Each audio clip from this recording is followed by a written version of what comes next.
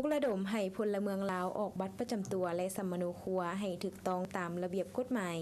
สบายดีท่านผู้ชมที่เคารพยินดีต้อนรับบรรดาท่านเข้าสู่รายการพัฒนาหักฐานมาพบกับข้าพเจ้าห้อยตีนางโอซินจันดารารับหน้าที่ดำเนินรายการท่านผู้ชมรายการพัฒนาหักฐานแม่นออกอากาศทุกๆวันพุธเวลา 9:30 น. 50:00 และออกซ้ำคืนในวันเดียวกันเวลา 11:30 น. ทางสถานีโทรภาพป้องกันความสงบและมาพบพ้อกันในมื้อนี้ในระยะทำอิฐจะให้บรรดาทานไปหับชมข่าวและผลงานการเคลื่อนไหวของกลุ่มคุ้มครองสมโนครัวและก่อสร้างหักฐานรายละเอียดซึ่งบรรดาทานติดตามรับชมในท้ายอาทิตย์ที่ผ่านมานี้กองก่อสร้างหักฐานการเมือง917ประจำเมืองหินบูนแขวงคำมวนได้เปิดกองประชุมสรุปเวียกงานก่อสร้างหักฐานการเมืองประจำไตรมาส1ปี2025ที่สโมสรกองบัญชาการปกสเมืองหินบูนโดยการเป็นประธานของพันเอกลำไพยศประภัยรองหัวหน้ากลุ่มคุ้มครองสมโนครัวและก่อสร้างหักฐานให้เกียรติเข้าร่วมของพันเอกจันทร์ไซนันทวงศ์รองกองบัญชาการปกสแขวงคำมวนพันโทคำฟองทองมีสารหัวหน้าห้อง509ปกสแขวงคำมวนพันโทคำนันทวงศ์กรรมการพรรคเมืองหัวหน้าปกสเมืองหินบูนพันโทศรีสุพรรณแสงวงไสหัวหน้ากองก่อสร้างหักฐาน917ตลอดฮอดพนักงานกองก่อสร้างหักฐานเข้าร่วมอย่างพร้อมเพรียงในกองประชุมพันโทศรีสุพรรณแสงวงไสได้ขึ้นพานบทรายงานย่อการจะตั้งปฏิบัติเวียกงานในระยะผ่านมาให้ฮู้ว่ากองก่อสร้างหักฐานการเมืองของพวกเฮาได้เอาใจใส่เวียกงานการเมืองนำพาแนวคิดเป็นปัญหาสำคัญต้นต่อโดยการนำเอาแนวทางนโยบายของพรรคมติคำสั่งมาเผยแพร่เฮ็ดให้การจัดตั้งบ้านและพ่อแม่ประชาชนรับรู้เข้าใจ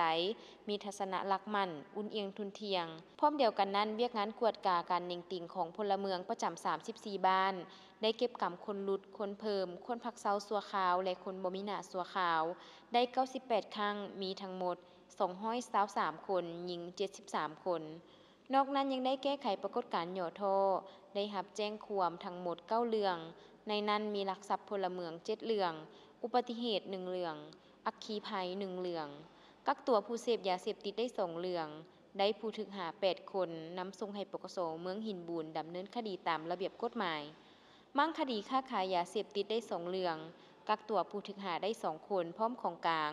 แล้วนำส่งให้ปกสเมืองหินบูนดำเนินคดีตามระเบียบกฎหมายกักเหือดูดแฮทรายที่ล่วงละเมิดเขตชายแดนแบบผิดกฎหมาย1ลำมีผู้ถูกหา1คนลงกวดกาประเมินครอบครัวและบ้านปลอดยาเสพติดโดยสมเทียบใส่4มาตรฐานและ10กิจกรรมใน3กลุ่มเรียบแม่น้ำของซึ่งประเมินบ้านปลอดยาเสพติดได้ทั้งหมด5บ้านนอกจากนี้พนักงานหักฐานประจำ34บ้านได้สมทบกับทหารชายแดน313ปกสกลุ่มบ้านใน3กลุ่มเรียบแม่น้ำของปกสบ้านและอำนาจการจัดตั้งบ้านไกลเกลี่ยข้อขัดแย้งภายในบ้านสร้างบทบันทึกศึกษาอบรมและสร้างบทบันทึกเก็บกู้อาวุธศึกอาวุธลาเนื้อธาตุแตกธาตุระเบิดหม้อซอดป่าเล่นอื่นได้ทั้งหมด102ครั้งมีผู้เข้าร่วมทั้งหมด 2,640 คนหญิง665คนและยังมีบางปัญหาข้อคงค้างและการปฏิบัติวาระแห่งชาติที่จะต้องได้ปรับปรุงแก้ไขส่วนทิศทางแผนการในต่อหน้าแม้นจะสุ่มใส่ปรับปรุงระบบการเมืองอยู่หักฐานให้มีความหนักแน่นเข้มแข็งในทุกด้านสืบต่อศึกษาอบรมการเมืองแนวคิดมีสติต่อการจะตั้งคุมของบรรดาจุดลอแหลมจุดข้ามลอยอยู่เรียบตามชายแดนลาวไทยพร้อมทั้งมีมาตรการจัดตั้งปฏิบัติเวียกงานตัวจริงในแต่ละระยะและในโอกาสเดียวกันนี้พันเอกลำไพยศประภัยก็ได้ให้เกียรติโอ้ล้มต่อกองประชุมซึ่งก่อนอื่นก็ได้ย่องโยซุ่มเซยต่อกับการปฏิบัติหน้าที่เวียกงานและได้เน้นหนักให้พนักงานต้องเป็นเจ้าการประสานสมทบกับภาคส่วนที่เกี่ยวข้องต่างๆขันแขวงขันเมืองและขันท้องถิ่นหักฐานเพื่อประกอบส่วนสุขยูทั้งเป็นเจ้าการชี้นำต่อกับการจะตั้งปฏิบัติเวียกงานก่อสร้างหักฐานให้สำเร็จหน้าที่การเมืองที่ภาครัฐและการจะตั้งมอบหมายให้และยกสูงความรับผิดชอบต่อการปฏิบัติหน้าที่การเมืองและหลักการวิชาเฉพาะของตนตามการมอบหมายโดยเฉพาะแม่นการคุ้มครองการนิ่งติ่งของพลเมืองนำพากำลังปกสป้องกันเว้นยามขอบเขตความรับผิดชอบของตนให้มีความสงบและปลอดภัยรอบด้านพร้อมทั้งการจะตั้งปฏิบัติเวียกงานตัวจริงในแต่ละระยะต้องมีแผนการอันละเอียดมีการสรุปตีราคามรรคผลของการปฏิบัติเวียกงานพร้อมทั้งถอดบทเรียนในแต่ละระยะเพื่อรายงานให้คันถึงรับทราบ เจ้าท่านผู้ชมที่ผ่านไปนั้นก็แม่นการนำเสนอข่าวและผลงานการเคลื่อนไหว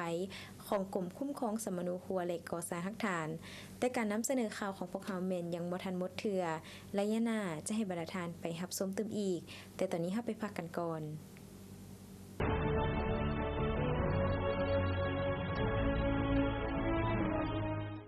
รายการพัฒนาอาคารเป็นรายการหนึ่งที่นำเสนอเกี่ยวกับผลงานการเคลื่อนไหว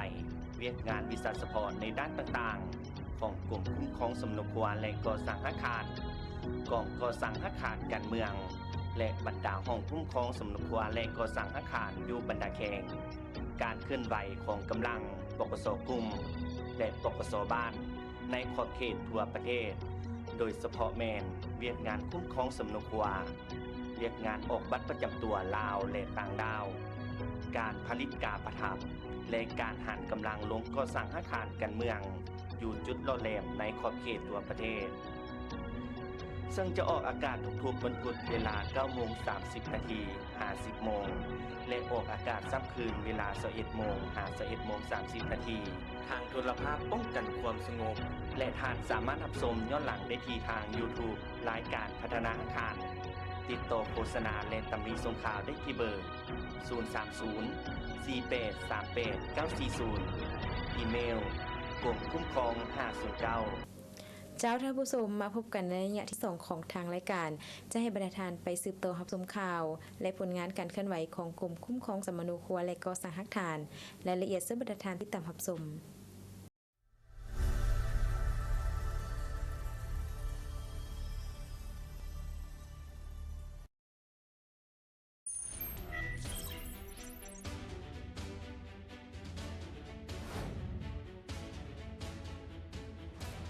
เวียกงานออกบัตรประจำตัวของพลเมืองแมนเวียกงานหนึ่งที่สำคัญ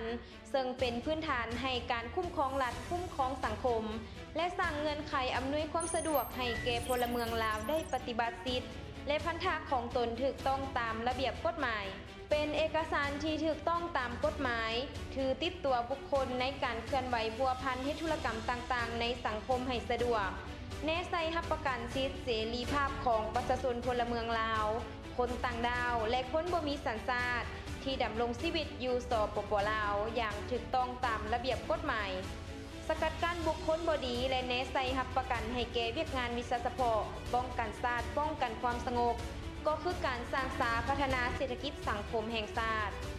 ในเมื่อก่อนการคุ้มครองพลเมืองและการออกบัตรประจำตัวประชาชนลาวช่วงปี 1985 กลางปี 1989 ลักษณะของบัตรประจำตัวของรัฐการแม่นคล้ายกับปึ้มสมณูครัวท้ายปี 1989 หาปี 2001 ลักษณะของบัตรประจำตัวแม่นนำไส้เป็นบัตรเจียเขียนด้วยมืออัดแข็งยังมีลักษณะปฐมประธานมาฮอดระยะปี 2002 ถึง 2014 ได้นำไส้บัตรขาวเป็นพลาสติกมาฮอดปี 2014 หาปัจจุบันบัตรประจำตัวของพลเมืองลาวได้พัฒนามานำไส้เป็นบัตรพลาสติกพื้นสีเขียวและมีบาร์โค้ดได้บรรจุข้อมูลเข้าในแผ่นซิป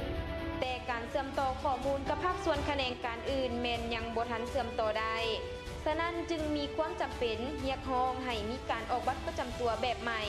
ทันสมัยใช้ระบบดิจิตอลให้เข้าสู่ระเบียบหลักการนอกจากนี้เวียกงานออกบัตรประจำตัวยังมีบทบาทประกอบส่วนเข้าในเวียกงานวิชาเฉพาะของกำลังตำรวจในด้านต่างๆเช่นเวียกงานสืบสวนสอบสวนขั้นพื้นฐานเวียกงานสกัดกั้นเวียกงานสืบค้นหาซอกไล่จับและจัดประเภทเป้าหมายต่างๆโดยอิงใส่เวียกงานออกบัตรประจำตัวเป็นพื้นฐานหลักในการคุ้มครองพลเมืองและป้องกันความสงบซึ่งในการจัดตั้งปฏิบัติเวียกงานคุ้มครองสมณูครัวและออกบัตรประจำตัวในระยะผ่านมาแม่นพบความยุ่งยากหลายประการเป็นต้นแม่นการลงประสานสมทบกับบรรดาแขวงในทั่วประเทศเพื่อกวดกาปรับปรุงเวียกงานวิชาเฉพาะยังบ่ทันเฮ็ดได้อย่างต่อเนื่องมีบางแขวงการรายงานการออกบัตรบ่ทันตอบสนองกับความเฮี้ยงห้องต้องการได้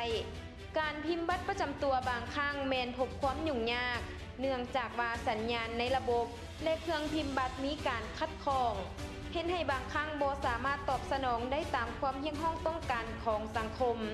เฮ็ดให้มีกลุ่มคนบ่ดีสวยไส้เข้ามาแอบแฝงหรือลี่ซอนปนตัวอยู่ประเทศเฮา ด้วยเหตุนั้นต่อกับเวียกงานดังกล่าวก็แม่นเวียกงานหนึ่งที่มีความจำเป็นอย่างภาวะวิสัยต้องได้เพิ่มทวีการนำพาของพรรคทุกขั้นเข้าในการแก้ไขเวียกงานดังกล่าวเพื่อรับประกันให้ประเทศชาติมีเสถียรภาพทางด้านการเมืองสังคมมีความสงบปลอดภัยและมีความเป็นระเบียบเรียบร้อย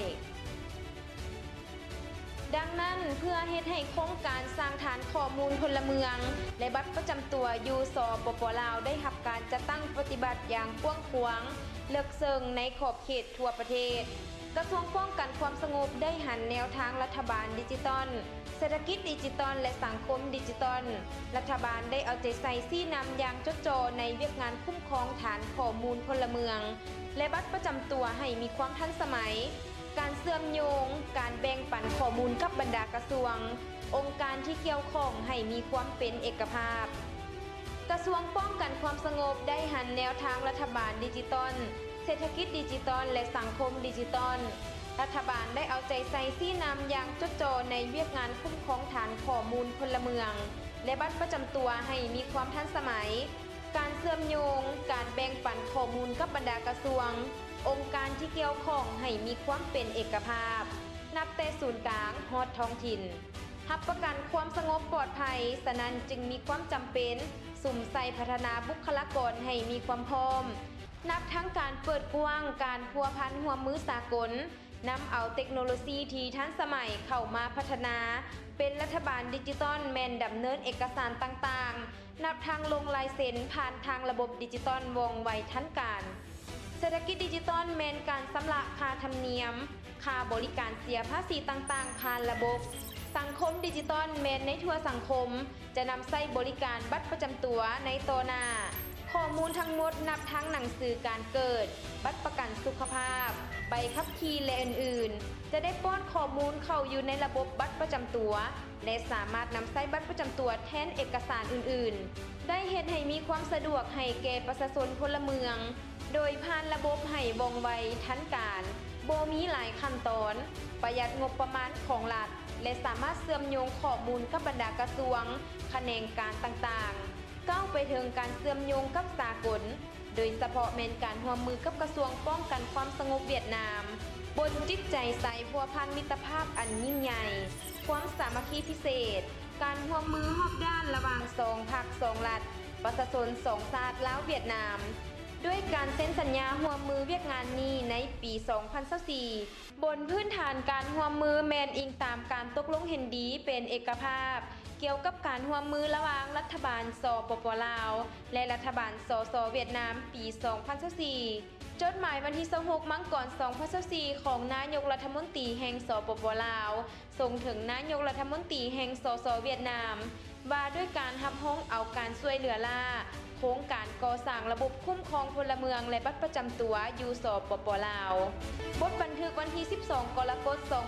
2024 ระหว่างกระทรวงป้องกันความสงบลาวและกระทรวงป้องกันความสงบเวียดนาม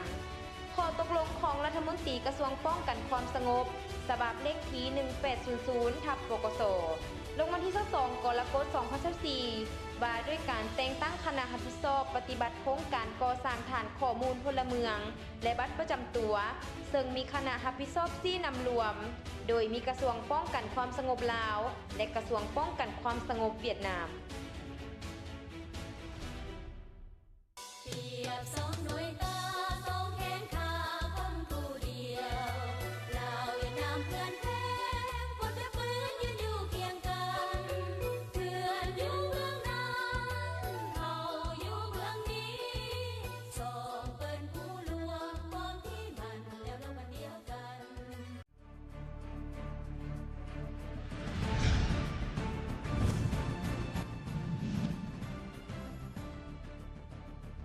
ลาวเวียดนามสายพอพันมิตรภาพอันยิ่งใหญ่และความสามัคคีแบบพิเศษการร่วมมือระหว่าง2ประเทศนับมือนับแน่นแฟนมีประสิทธิผลทั่วขอบเขต2ฝ่ายได้สนับสนุนซึ่งกันและกันผ่านพาความท้าทายเดือนกรกฎาคม 2024 ในการเยี่ยมยามประเทศลาวของท่านประธานประเทศสาธารณรัฐสังคมนิยมเวียดนามท่านโตเลิมเลขาธิการใหญ่พรรคคอมมิวนิสต์สสเวียดนามการนำ2ประเทศได้กดปุ่มเปิดใช้งานอย่างเป็นทางการในพิธีการกดปุ่มโครงการ ก่อสร้างระบบคุ้มครองพลเมืองและออกบัตรประจำตัวที่สาธารณรัฐประชาธิปไตยประชาชนลาวในเวลาเดียวกันการนำกระทรวงป้องกันความสงบทั้งสองประเทศได้มอบบทบันทึกความเข้าใจเกี่ยวกับการก่อสร้างพันขยายระบบคุ้มครองพลเมืองนี่แม่นโครงการที่มีความหมายและความสำคัญเป็นพิเศษในขบวนการก่อสร้างรัฐบาลดิจิตอลประเทศชาติดิจิตอลข้อมูลพลเมืองแม่นกุญแจสำคัญในขบวนการก่อสร้างเป็นรัฐบาลดิจิตอลเพื่อเฮ็ดให้การจัดตั้งปฏิบัติเวียกงานการพันขยายโครงการที่สำคัญดังกล่าวในวันที่2สิงหาคม2024สหายพลเอกวิไลหลาคำฟองรัฐมนตรีกระทรวงป้องกันความสงบได้เป็นประธานกองประชุมเผยแพร่ขยายโครงการทั่วประเทศกองประชุมยังมีการเข้าร่วมของหลายกระทรวงคือกระทรวงเทคโนโลยีและสื่อสารกระทรวงภายในและกระทรวงตำรวจเวียดนามในวันที่17กันยายน2024รัฐบาลได้ออกคำสั่งฉบับเลขที่16/นย.ในนั้นมอบให้กระทรวงป้องกันความสงบเป็นประธานประสานสมทบกับบรรดากระทรวงแขนงการที่เกี่ยวข้องเพื่อจัดตั้งปฏิบัติพันขยายโครงการให้มีประสิทธิผลสูงประชาชนลาวจะได้รับผลประโยชน์คือปัจจุบันได้ออกแบบบัตรประจำตัวอิเล็กทรอนิกส์ฝังชิปแบบใหม่และเก็บกำข้อมูลแบบฟอร์มผ่านโทรศัพท์มือถือสามารถเป็นทางบัตรประจำตัวใบขับขี่บัตรประกันสังคมภาคธุรกิจจะได้รับผลประโยชน์คือ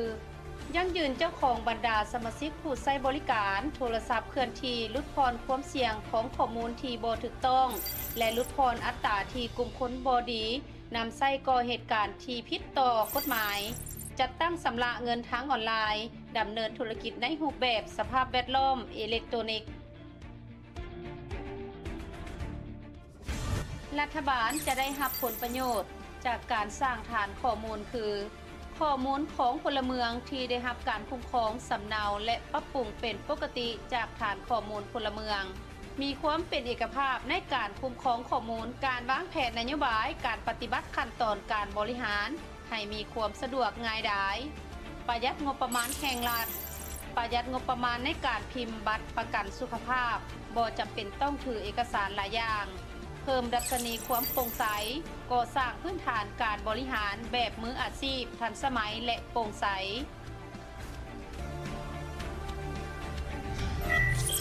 5ปัญหาใหญ่ประกอบมีทางด้านกฎหมายข้อมูลพื้นฐานโครงสร้างความปลอดภัยของระบบทรัพยากรบุคลากรและต้นทุนบางหน้าเวียกของโครงการได้รับการจัดตั้งปฏิบัติผันขยายอย่างเร่งด่วนเป็นต้น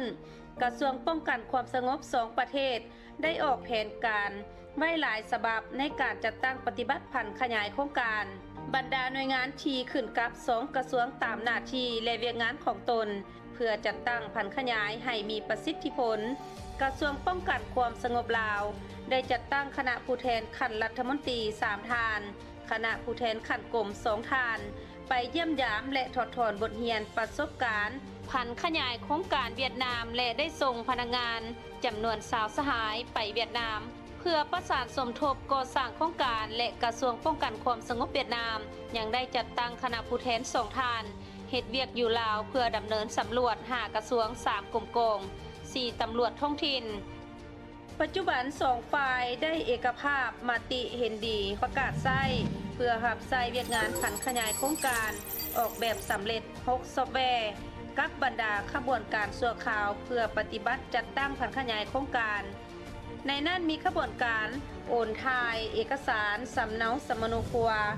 เพื่อปฏิบัติจัดตั้งผันขยายโครงการในนั้นมีขบวนการโอนถ่ายเอกสารสมโนครัวเป็นเอกสารอิเล็กทรอนิกส์และโอนย้ายข้อมูลติดตั้งซอฟต์แวร์คอมพิวเตอร์จำนวน444เครื่องให้แก่18แขวงและ148เมืองยกระดับการส่งสัญญาณเป็น5เมกะไบต์ในขอบเขตทั่วประเทศและมาฮอดปัจจุบันปกส.เมืองอยู่บรรดาแขวงได้หันสมโนครัวเป็นดิจิตอลทั้งหมด 13,418 ฉบับในจำนวนของแฟ้มเอกสารสมโนครัวทั้งหมด 761,996 ฉบับปัจจุบันศูนย์ข้อมูลหลัก ห้องแผนที่ดิจิตอลได้รับการออกแบบและติดตั้งอยู่กรมคุ้มครองสมนครัวและก่อสร้างหลักฐานศูนย์ข้อมูลสำรองได้รับการออกแบบและติดตั้งอยู่กรมสกัดกั้นและต้านอัคคีภัยเพื่อตอบสนองตามความเห็นห้องต้องการในการโอนถ่ายข้อมูลและโอนถ่ายสมนครัวเป็นเอกสารอิเล็กทรอนิกส์กรมตำรวจคุ้มครองความเป็นระเบียบเรียบร้อยทั้งสังคมกระทรวงตำรวจเวียดนามได้จัดตั้งปฏิบัติมอบหับและติดตั้งบรรดาอุปกรณ์อยู่ที่กรมคุ้มครองสมนครัวและก่อสร้างหลักฐานกระทรวงตำรวจลาวสืบต่อพันขยายติดตั้งซอฟต์แวร์เพื่อหับใส่ในการโอนถ่ายสมนครัวเป็นเอกสารอิเล็กทรอนิกส์หับประกันให้ได้ห้อยส่วนห้อยของบรรดาเมืองแขวงอยู่ลาวได้เชื่อมต่อระหว่างระบบลาว PIM กับระบบโอนถ่ายข้อมูลกรมคุ้มครองสมนครัวและก่อสร้างหลักฐานกระทรวงตำรวจลาวได้สมทบกับกรมตำรวจคุ้มครองความเป็นระเบียบเรียบร้อยทางสังคมกระทรวงตำรวจสสเวียดนามจัดตั้งฝึกอบรมให้พนักงานตำรวจจำนวน358สหายเกี่ยวกับเวียกงานโอนถ่ายข้อมูลเป็นเอกสารอิเล็กทรอนิกส์และพร้อมด้วยคณะ5สุดทั้งหมด125สหายที่ขึ้นกับกรมเพื่อช่วยเหลือ125เมืองในเวียกงานติดตั้งแนะนำเกี่ยวกับระบบซอฟต์แวร์เชื่อมต่อสายส่งและจัดตั้งปฏิบัติการโอนถ่ายสมนครัวเป็นเอกสารอิเล็กทรอนิกส์ให้16แขวงบัตรประจำตัวแบบใหม่เก็บกรรมแบบฟอร์มและรูปแบบการเก็บกรรมข้อมูลผ่านแอปพลิเคชันบรรดาปัญหาข้อคงข้างเกี่ยวกับพื้นฐานด้านนิติกรรมปัจจุบันสาธารณรัฐประชาธิปไตยประชาชนลาวยังบ่ทันมีบรรดาเอกสารข้อกำหนดกฎหมายเฉพาะเกี่ยวกับเรื่องงานการคุ้มครองข้อมูลพลเมืองการคุ้มครองข้อมูลบัตรประจำตัวเกี่ยวกับการกำหนดทิศทางด้านการเมืองภาระบทบาทของผู้นำโดยเฉพาะแมนบทบาทการชี้นำพาที่เด็ดขาดใกล้ชิดติดแทดของการนำอยู่บรรดาท้องถิ่นยังมีบางข้อจำกัดยังบ่ทันสามารถจัดตั้งปฏิบัติได้อย่างแท้จริงแขนงการและบรรดาอำนาจการปกครองท้องถิ่นยังบ่ทันมีประสิทธิผลสูงด้านการรับประกันเงื่อนไขที่จำเป็นเกี่ยวกับงบประมาณพื้นฐานโครงล่างการรักษาความลับยังบ่ทันตอบสนองได้ตามความเรียกร้องต้องการที่วางออกเรียกงานการโฆษณาเผยแพร่ต่อกับโครงการยังบ่ทันได้รับการสุ่มใส่จัดตั้งปฏิบัติการเอาใจใส่การประสานงานของบรรดาแขนงการอำนาจการปกครองท้องถิ่นยังบ่ทันมีประสิทธิผลการรับประกันเงื่อนไขที่จำเป็นเกี่ยวกับการสนองงบประมาณพื้นฐานโครงล่างรับประกันความลับยังบ่ทันตอบสนองได้ตามความเรียกร้องต้องการสร้างอุปสรรคต่อความสำเร็จของโครงการบรรดาความเสี่ยง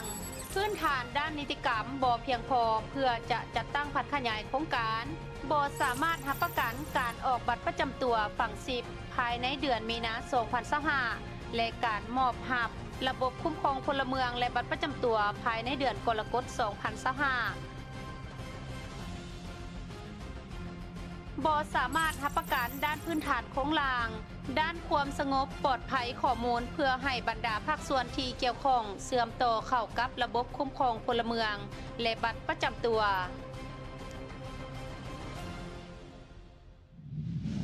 เพื่อรับประกันการปฏิบัติโครงการให้ประสบผลสำเร็จและมีประสิทธิผลสูงคณะชี้นำได้จัดตั้งกองประชุมเป็นระยะหีบด่วนเพื่อแก้ไขปัญหาข้อยุ่งยากส่งเสริมการดำเนินการแก้ไขปัญหาให้มีประสิทธิภาพในการดำเนินโครงการหัวหน้าแต่ละหน่วยงานต้องมีความรับรู้เข้าใจอย่างถูกต้องมีความตั้งใจทางการเมืองสูงมีความตั้งหน้าและมีหัวคิดประดิษฐ์สร้างในการจัดตั้งปฏิบัติโครงการเพื่อเพิ่มทวีการกวดกาติดตามความรับผิดชอบของผู้นำบทบาทของสมาชิกภาคพนักงานรัฐกรเอาใจใส่เป็นพิเศษต่อเวียกงานการรักษาความปลอดภัยและความปลอดภัยของข้อมูลเลือกเอาการทดลองเวียกงานผันขยายที่เหมาะสมเพื่อเรียนรู้จากประสบการณ์และปรับใช้ทั่วประเทศประสานงานเฮ็ดเวียกงานร่วมกันอย่างแน่นแฟ้นระหว่างบรรดากระทรวงแขนงการองค์การหน่วยงานต่างๆเพื่อร่วมดำเนินการได้แก่ห้องว่าการสำนักงานนายกรัฐมนตรีต้องสร้างมาตรฐานปรับโครงสร้างขบวนการ ลดพรและลดความซับซ้อนของขั้นตอนการบริหารกระทรวงภายในสมทบกับกระทรวงป้องกันความสงบลาวในการเชื่อมโยงประสานสมทบและแบ่งปันข้อมูลระหว่าง2ระบบเพื่อรับใช้การออกเลขบัตรประจำตัวเฉพาะสำหรับพลเมืองกระทรวงเทคโนโลยีและการสื่อสารต้องประกาศใช้บรรดาระเบียบการและมาตรฐานศูนย์ข้อมูลสร้างบรรดาเอกสารระเบียบการคำแนะนำเทคนิคการเชื่อมต่อแบ่งปันข้อมูลระหว่างบรรดาหน่วยและหับประกันพื้นฐานโครงล่างสายส่งเพื่อตอบสนองความเห็นห้องต้องการของการเชื่อมต่อเชื่อมโยงแบ่งปันระหว่างฐานข้อมูลประชากรแห่งชาติเกี่ยวกับประชากรและบรรดาข้อมูลของบรรดากระทรวงแขนงการกลุ่มไฟฟ้ากวดกาคืนบรรดาข้อติดขัดของไฟฟ้าหับประกันการสนองไฟฟ้าให้บรรดากระทรวงกรมแขนงการและท้องถิ่นอย่างเพียงพอบรรดากระทรวงกรมและแขนงการทบทวนเก็บพร้อมพื้นฐานโครงล่างเมื่อมีความจำเป็นในการเชื่อมต่อกับฐานข้อมูลประชากรแห่งชาติ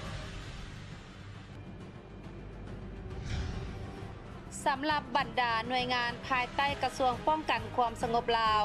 ได้สำเร็จการสร้างบรรดาเอกสารข้อกำหนดกฎหมายต้องได้กวดกาคืนบรรดาเอกสารนิติกรรมที่เกี่ยวข้องกับการกำหนดพลเมืองบัตรประจำตัวพลเมืองกรมโฆษณาอบรมต้องเผยแพร่ผลประโยชน์และบทบาทของระบบพลเมืองบัตรประจำตัวพลเมือง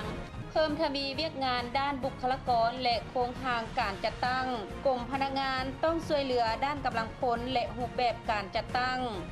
สุขยุส่งเสริมการโฆษณาเผยแพร่หน่วยงานที่ขึ้นกับบรรดากลุ่มใหญ่ต้องให้คำแนะนำในการเชื่อมต่อฐานข้อมูลที่มีอยู่กับฐานข้อมูลประชากรแห่งชาติเจ้าที่ผ่านไปทั้งหมดนั้นก็เป็นการนำเสนอข่าวและผลงานการเคลื่อนไหวของกลุ่มคุ้มครองสมนุครัวและก่อสร้างฮักฐานตลอดระยะ1 อาทิตย์ผ่านมาฮอดนี้เวลาทางรายการของพวกเฮาแม่นได้หมดลงเพียงแถวนี้ขอขอบใจบรรดาทานที่ให้เกียรติติดตามรับชมรายการของพวกเฮาแต่ต้นจนจบและท่านสามารถรับชมได้ใหม่ในอาทิตย์หน้าวันและเวลาเดียวกันนี้ข้าพเจ้าห้อยตีนางโอซินจันดาราพร้อมด้วยทีมงานต้องขอลาท่านผู้ชมไปก่อนสบายดี